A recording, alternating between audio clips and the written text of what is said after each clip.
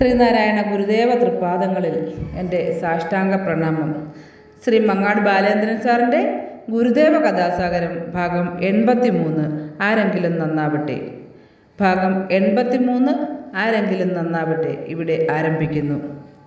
കൊല്ലം പരവൂരിൽ വൈരവൻ എന്നൊരു വലിയ സമ്പന്നനുണ്ടായിരുന്നു. അദ്ദേഹത്തിൻ്റെ മകനായിരുന്നു കേശവൻ. പിൽക്കാലത്ത് വലിയ പണ്ഡിതനും എഴുത്തുകാരനുമൊക്കെയായി തീർന്ന അദ്ദേഹം അക്കാലത്ത് സ്വന്തമായി ഒരു അച്ചുകൂടം സ്ഥാപിച്ചു. കേരളഭൂഷണം എന്നായിരുന്നു ആ അച്ചുകൂടത്തിൻ്റെ പേര്. അവിടെ നിന്നുമാണ് 1892 സുജനാ നന്ദിനി എന്ന പത്രം അദ്ദേഹം പ്രസിദ്ധീകരിച്ചു തുടങ്ങിയത്. അതോടെ പരവൂർ കേശവനാശാൻ എന്ന പേരിൽ അദ്ദേഹം പ്രസിദ്ധനായി തീർന്നു. ഗുരുദേവനിൽ വലിയ ഭക്തിയും വിശ്വാസവും ഉള്ളയാളായിരുന്നു ആശാൻ. ഗുരുദേവ സന്ദേശങ്ങൾ പ്രചരിപ്പിക്കുവാനും പ്രയോഗത്തിൽ വരുത്തുവാനും തൻ്റെ പത്രത്തെയും അച്ചുകൂടത്തെയും പരമാവധി അദ്ദേഹം ഉപയോഗിച്ചിരുന്നു. സാമുദായിക ഉന്നമനം ആശാൻ്റെ മറ്റൊരു പ്രധാന ലക്ഷ്യമായിരുന്നു. അതിനായി ഈഴവ സമാജം എന്നൊരു സഭയുണ്ടാക്കി വേണ്ട പ്രവർത്തനങ്ങൾ ആരംഭിക്കുകയും ഊർജിതപ്പെടുത്തുകയും ചെയ്തു.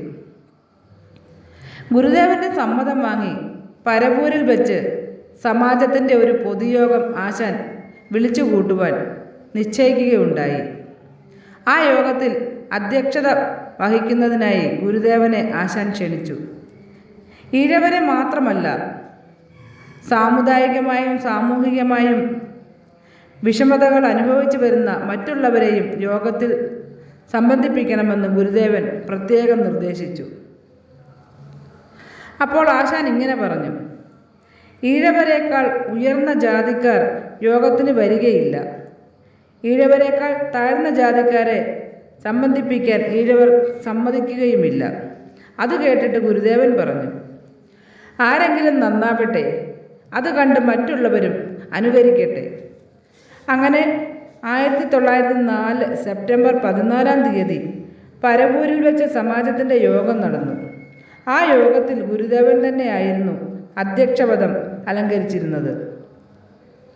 അപരിഷ്കൃതമായ ആചാരങ്ങൾ ബഹിഷ്കരിക്കണമെന്നും വിവാഹ സമ്പ്രദായത്തിൽ പരിഷ്കൃതമായ രീതി നടപ്പിൽ വരുത്തണമെന്നും ഗുരുദേവൻ ആജ്ഞാപിച്ചു. പരവൂരിലുള്ളവർക്ക് പുറമെ അന്യനാട്ടിൽ നിന്ന് വന്നെത്തിയിരുന്നവരും ആ യോഗത്തിൽ സംബന്ധിച്ചിരുന്നു. ഗുരുദേവൻ്റെ സാന്നിധ്യവും കൽപ്പനയും അവർക്ക് എന്തെന്നില്ലാത്ത ആത്മവിശ്വാസമാണ് നൽകുകയുണ്ടായത്. സമുദായത്തിൻ്റെ ഏകീകരണത്തിനും മുന്നേറ്റത്തിനും ആ യോഗത്തിലൂടെ വലിയ പ്രേരണയും പ്രചോദനവും നൽകിയ പരവൂർ കേശവനാശാനെ ജനങ്ങൾ മുക്തകണ്ഠം പ്രശംസിച്ചു. ഗുരുദേവൻ ആശാനെ അഭിനന്ദിക്കുകയും അനുഗ്രഹിക്കുകയും ചെയ്ത ശേഷം അവിടെ നിന്നും ശിവഗിരിയിലേക്ക് മടങ്ങി. ഗുരുവേ ദേവാ വന്നാലും ശാന്തി പകർന്നു തന്നാലും ഭക്തവത്സല ഭക്തവത്സല ശിവഗിരിനാഥ ദീനദയാലോ ദീനദയാലോ ശിവഗിരിനാഥ ഗുരുവേ ദേവ വന്നാലും ശാന്തി പകർന്നു തന്നാലും.